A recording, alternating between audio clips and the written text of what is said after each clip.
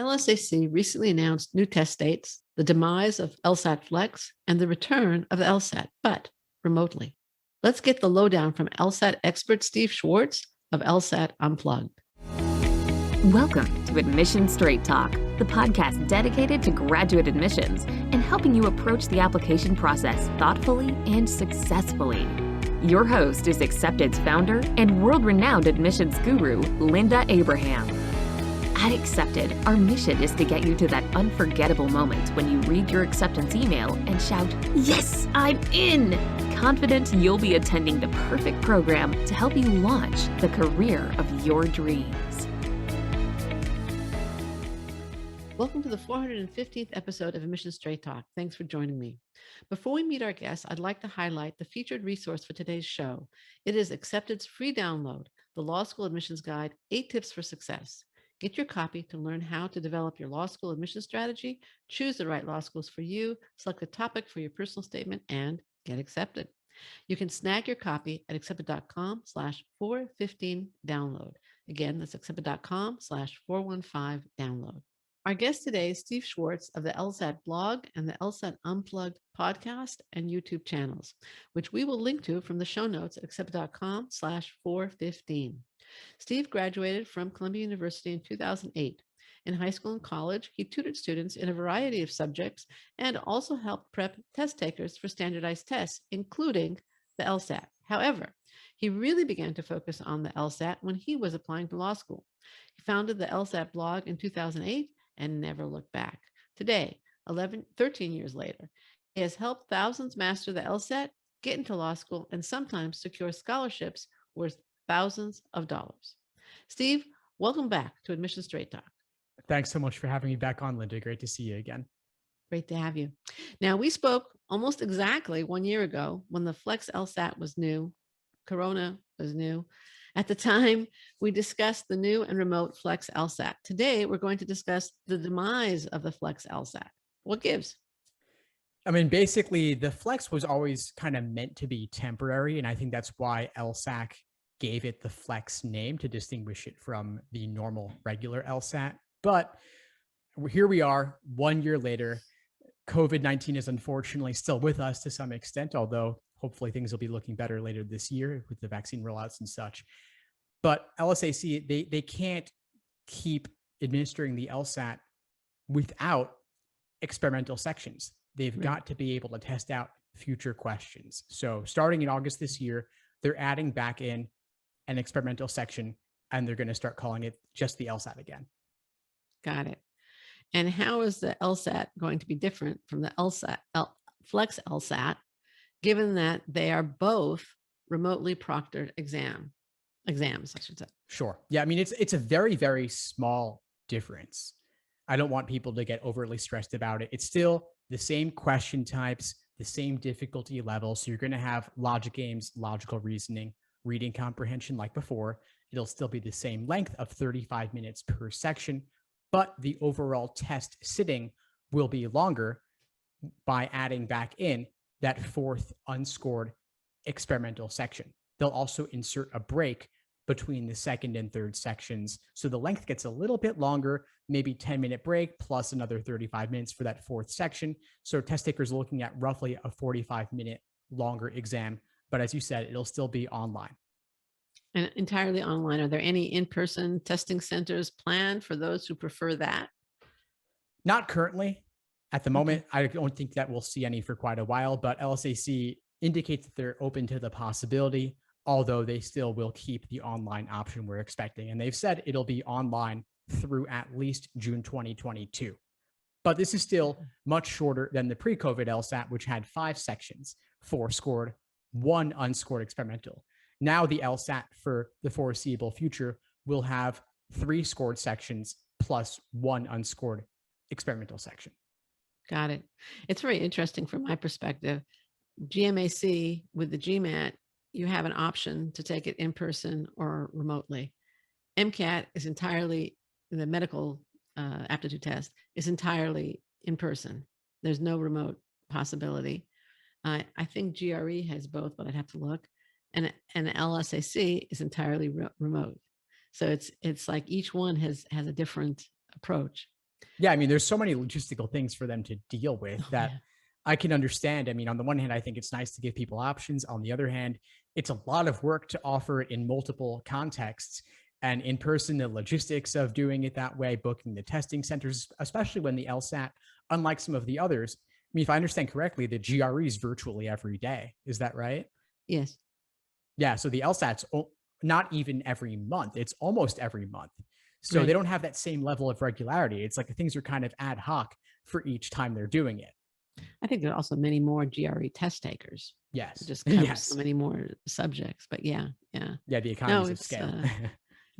again, looking, stepping back and looking at the landscape overall, it's kind of interesting how each one has chosen a different path. Yeah. Confusing for people who want dual degrees, right? Right. That's for sure. That's for sure. Go for the GRE. Um, Mhm. Now, will applicants know which section is experimental? So that's the thing. I'm glad you raised that question. They will not know during the exam. They will not know whether that unscored extra section is going to be games, reasoning, or reading comp. And they also don't know where in the exam it'll be. So it could be your first section, you're doing it, and it's unscored. It could be the last section, in which case, at least you've already gotten through the stuff that mattered to you. Or it could be Right. somewhere in the middle. And they don't tell you which section it's going to be, because if they did, you probably wouldn't try as hard. And then that would affect their ability Validity. to benefit from the results of what you're doing. They want to be Now- able to see how you perform. So every test will have 4 different sections, and just one of the sections will be unscored. That's right. So there's going to be 3 types of sections, but one of them you're going to get twice. So Well, then you'll know that one of those 2 is the test. Exactly. So after all said and done, you're going to know, okay, well, if I had 2 logic game sections, one of those was the fake one. You're just not going to know which one it is. But let's say you do logic game section 1, logic game section 2. Well, then you know the reading comp and logical reasoning is going to be real. Exactly. Okay. So at least you have that information, good or bad, you have it. At least you got it. Of course. And of course, as you're going through, until you get the second section, you're not going to. Right. Yeah. So you've basically, unfortunately, you got to try on everything. Of course. Right. Do you recommend that applicants take the Flex LSAT? In other words, they make sure they get it done before we move to the LSAT, before August, as soon as possible, essentially? Or should they wait for the traditional LSAT? That's a great question. I mean, all else being equal, I think anybody would prefer to do it without the experimental section and be done by June. But Right. I would not recommend that you rush it if you're not fully ready by June. Of course. And that additional 2 That's great months advice. could make a big difference. Yeah. As with almost anything in admissions, I mean, one of the things I always tell applicants, they'll ask, when should I apply? I'll say apply as early as possible, provided you don't compromise the quality of your application. And the same is with the test taking experience. Yes, that is an enormous caveat that everyone should pay close attention to in all of these contexts, right? I mean, Right. doing it earlier, getting it done sooner. I think all people just want to be done with this stuff and get on to the actual grad school they're applying to, right? Their law school they're applying to. This is just a means to an end. But these things are incredibly important. Your LSAT score matters a great deal. And so don't rush to get it done by June just to do the 3-section version, when an extra 2 months could make an enormous difference in getting a higher LSAT score, getting more scholarship money, getting into better schools. And that June versus August thing, the August LSAT's in mid-August. You get your results back at the end of August. You can still apply at the beginning of the cycle either way. Right. And you'll apply knowledgeably, knowing what your LSAT score is, as opposed to just kind of applying in the dark. Exactly. Right. How should applicants adjust their prep in light of the additional section and increased length of the LSAT versus the LSAT-Flex if they're not ready to take it by July? I would say just practice like it's going to be on game day. So do 4-section practice test sittings, splice in an unscored extra section from another exam, and place that extra section in any position, first, second, third, or fourth.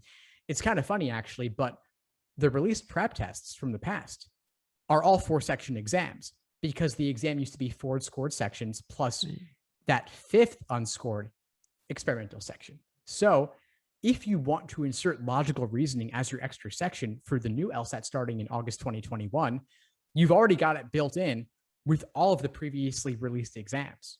There's nearly 100 like that. But you don't want to only use logical reasoning as your extra section. So you should also make some little Frankenstein exams, inserting logic game sections from other prep tests or reading comp sections from other prep tests. But you do that, you'll be ready. Great tip. Great tip. Now, LSAC indicated it may need to adjust the score release date rather, given anticipated higher volume for the August administration specifically, probably because you will have the score before you actually can start applying. Now, how much longer do you think it will take to get the score if you take the August test?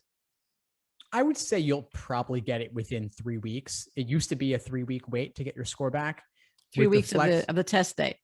Yeah, so 3 weeks since you took it, or 3 weeks Mhm. of that testing period. So 3 weeks. It used to be, of course, pre-flex. It was on a single day. It wasn't like you had a whole week of flex administrations like we have now with the online LSAT. So Right. you get it about 3 weeks later, and they wouldn't even be precise about the date. They would have an estimated release date, but then release it randomly early. So everybody was super stressed about whenever it would come out.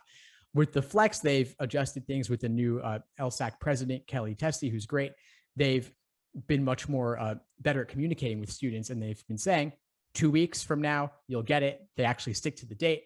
That's very comforting for folks to not be frantically checking their LSAC accounts or their emails. Yeah. Reflexively doing so.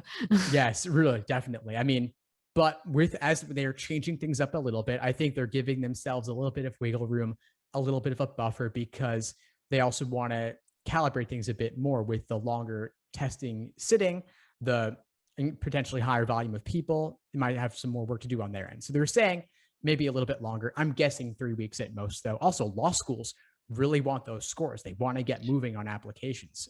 And LSAC really is an organization meant to serve law schools. And so if law schools want something and they're all in the same boat on that thing, I think LSAC's going to really work hard to deliver it. So I'd expect at the very least within like the first week of September. But I'm sure they'll be working around the clock to get them out. Right. Okay. Now, the undergrad world and parts of the graduate world have really been rocked as COVID accelerated or moved different programs to test optional or to issuing test waivers. I mean, on the undergraduate, I think we're now at 40% or 50% or something like that. I understand that 60 of the top 100 MBA programs are now either test optional or issuing test waivers. There are a couple of medical schools that have gone test optional, which is kind of mind blowing. Do you think that might, and obviously some law schools have decided to accept the GRE. Do you see that happening in the law school world, and why or why not? Well, I think there's two questions here, right? Because one is about, will they start taking the GRE as well? And then Right. separately, will they go test optional entirely? So with regard to the GRE, I do expect that more and more law schools will take the GRE as a way to widen the applicant pool. I mean, they can, of course, evaluate folks on other criteria like their GPAs, like their application essays and such, and they can choose very carefully whom they choose to admit with their GRE score as opposed to the standard, which is the LSAT. So I think that on a long enough timeline, virtually every law school will take the GRE as well, especially once Harvard start and make that big announcement. Then many other schools followed suit shortly thereafter. Oh, yeah. Because if Harvard does it, then it must be okay, right? Right. And they also I think they'd like to be able to widen the pool and take more applicants. That increases their selectivity, if nothing else. So Of course. I think there's a strong incentive to do it simply for competitive benefit over other law schools. So I think we'll certainly see every law school or most law schools take it eventually. Test optional is a different story, though, because in part, the American Bar Association requires schools to use a valid and reliable admission test. For, I think, most of the time that we've been around, it's been the LSAT is the main game in town, right? Right. GRE is a Right. fairly new entrant. And is it valid or reliable? I mean, that's debatable, but it seems to be that they're accepting that. It's no one's going to shut down a law school for doing the GRE instead. But test optional altogether, I think, is tough to sell. I've seen a couple of. Have you seen it? I think there was a school in Arizona that said that they consider the first semester of law school to be the best possible test for how you would do in law school. So in other words, they're not requiring transfer students to have the LSAT anymore? No, they were actually accepting students provisionally based on their performance during the first semester of 1L. And they said, well, Got if it. you can cut it that way, then we will take you for the remainder of the 3 years. No, I hadn't heard that. Yeah, I thought it was a very creative interpretation of valid and reliable admission test. Yeah. And they got away with it from what I've seen. I didn't see anything saying that it wasn't going to work. Of course, this was with a very small number of students. I think it might have been only for their own school's undergraduates. So it was like maybe like a pilot program or mini pipeline of sorts. It wasn't like they were opening this up to the entire world. Yeah. Yeah. I had my concerns about it though, because if you don't do well, then you just spent the first semester's tuition and have nothing to show for it if you don't get taken for the rest of it. So I have some concerns regarding that. And I'm not sure that a lot of schools would go that route, but that could be one pathway to standardized test optional, but still technically falling within what the ABA requires under, again, what I consider a creative interpretation there. Again, I don't know how, obviously the ABA's approval is critical. That's the accrediting body. I know in the business school world, several programs have started issuing test waivers. So basically what they say there is, you fill out a form and you show that, and without the GMAT or the GRE, that you are qualified or that you're likely to do well in business school. Okay, based on your performance in college, based on your work performance, they have good confidence that you're going to perform academically. And then the school will issue a waiver, and you don't need to take the GRE or the GMAT to get in. And so that's kind of a middle place between test required and test optional. No test required. Again, it's a middle spot. And it's, again, from my perspective, seeing different graduate programs, it's really interesting to see how they're all handling this, because on one hand, they want to increase access. They also want to stay competitively exclusive. So if they waive the test, application volume soars. And if they don't, students are happier, applicants are happier, they don't have to take the test. They don't have to spend money on the test. They don't have to spend money on prep. But it's going to be really interesting to see how this plays out. No, I really like that idea, actually, because there are a lot of students who, from whatever reason, they just don't do well in standardized tests. It could be nerves, it could be anxiety, it could be any one of a number of factors, but they've demonstrated their aptitude and their ability to succeed in law school based on some other factor. It could be work experience, it could be their GPA. And so if they can show, for example, that their SAT or ACT performance did not accurately predict how they would do in undergrad, and they killed it in undergrad and got a great GPA, then why wouldn't we think they could do similar in law school as well? Right. The one concern I have, which I think is why the ABA requires this test, is bar passage rates. So if the bar exam exists and it's required to practice as an attorney, then we want to make sure you're going to do well on that. And the LSAT has some correlation with first-year law school grades, which in turn can translate into bar passage to some extent, but these aren't the strongest correlations in the world. So I could see why in many, many cases it wouldn't line up. And I actually think there's far too much emphasis placed on standardized tests in general. And to some extent they're a necessary evil, but I'd love to see alternatives like what you laid out. Right. And I think the law school you mentioned is like, look, if you think, it's kind of putting your money where your mouth is to the student. If you think you can do well in law school, show us and we'll admit you. Yeah, that's fair. I mean, at the same time, though, I still wonder about, on the one hand, the law school gets that money, so they have an incentive to offer that program. And then secondly, I mean, a lot of students desperately want to go to law school, and then they're taking out big loans. And so I could see some of these bottom of the barrel law schools, and I'm not going to name any names here, but there are certain schools that I think don't have the students' best interests in mind as much as they have their tuition dollars in mind. And they need those students to make their overhead. Right. And some schools are in trouble. And so they're looking to get dollars wherever they can get them. And that's where you have certain things like these Masters of Legal Studies degrees, for example, that I'm not sure are a good substitute for getting a JD. Right. No, clearly. Great points. Thank you. What are your top tips for people taking the LSAT remotely? I would say my biggest tip is to really simulate the testing environment as much as you possibly can. So making sure about that practice exams, practice tests. Yes. So making sure you're taking your practice test in the same room you'll take the actual thing, making sure your internet connection is strong. And if not, reaching out to LSAC about getting an alternative place to take it. They'll give you or they'll reimburse you if you want to take it at a hotel, for example, with a good internet. So I'd say wired internet if possible, and making sure no one else is using it at the same time. So make sure it's strong enough, because there's nothing more frustrating than getting kicked out in the middle of a timed exam setting on the real thing. So simulate, practice, and make sure that you're used to the online LSAT format. So LSAC created Law Hub, aka official LSAT Prep Plus, where you can take the majority of LSATs with the same look and feel, the same style as you'll do an actual test day. And so don't do the majority of your studying in books when the exam has changed format completely. Makes sense. Great tips. One question occurred to me just now is, I mean, it does happen that there's a power outage or your internet goes down. In other words, somebody can do everything you said, right? They can do practice tests in the room they're going to take the exam.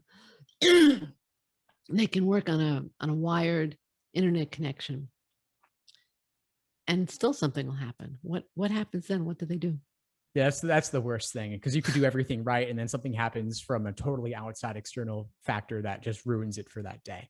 What you do is reach out to LSAC immediately, ask the proctor to make a note of it as well, if possible, depending on what happened.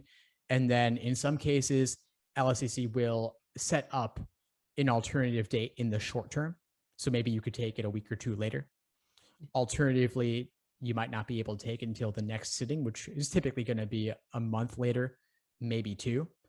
But that's really the best they can do for you, unfortunately, in most cases. And they can't undo what happened already. And a power outage, of course, is out of their control. And hey, I mean, there are things that go wrong on ProctorU's end as well. And ProctorU, by the way, is the organization administering and proctoring the online LSAT. So there could be things that happen that are at their fault as well. Either way, reach out to LSAC, reach out multiple times if necessary. Hopefully they'll make it right. They don't always get back to people quickly, though, just because of the volume of people they're dealing with. But keep following up, keep calling, call first thing in the morning if you can, because that's the best chance of getting through to them without a long wait time. Okay, great advice. What would you have liked me to ask you that I haven't asked you about the return of the LSAT and the demise of LSAT-Flex? I mean, honestly, Linda, I think you really covered everything. I love the questions. I think we hit it from every angle. All right, great. Well, thank you so much for joining me today. I really appreciate you taking time to speak with me. Where can listeners and LSAT test takers learn more about your coaching service? Yeah, sure. So again, I'm Steve Schwartz. I run the LSAT blog and the LSAT Unplugged YouTube channel and podcast. I'm pretty easy to reach through all of these platforms. I've also got a free easy LSAT cheat sheet folks can download at bit.ly/LSAT cheat sheet, all lowercase, and that's the best way to get started. Thanks again, Steve. We're going to include links in the show notes at accepted.com/415 to the websites that Steve just mentioned, as well as other links to related articles and interviews, including the last one with Steve. Listener, thank you too for joining Steve Schwartz and me for our 415th episode. Quick reminder, grab your free copy of the Law School Admissions Guide, 8 Tips for Success, Accepted's informative free guide for law school applicants at accepted.com/415 download. And a final request, if you find the show worthwhile, please share the good word by leaving a review on iTunes. Your doing so helps us spread the news about Admission Straight Talk. And doing so will also enroll you effortlessly in the Thank You for Your Review contest. One listener a month who leaves a podcast review on iTunes or Apple Podcasts will win a free 20-minute consultation with me. You can leave your review at lovethepodcast.com/AST. Again, that's lovethepodcast.com/AST. I look forward to hearing from you and speaking with you. Thanks again for coming. This is Admission Straight Talk produced by Accepted, and I am your host, Linda Abraham. I look forward to talking with you next week.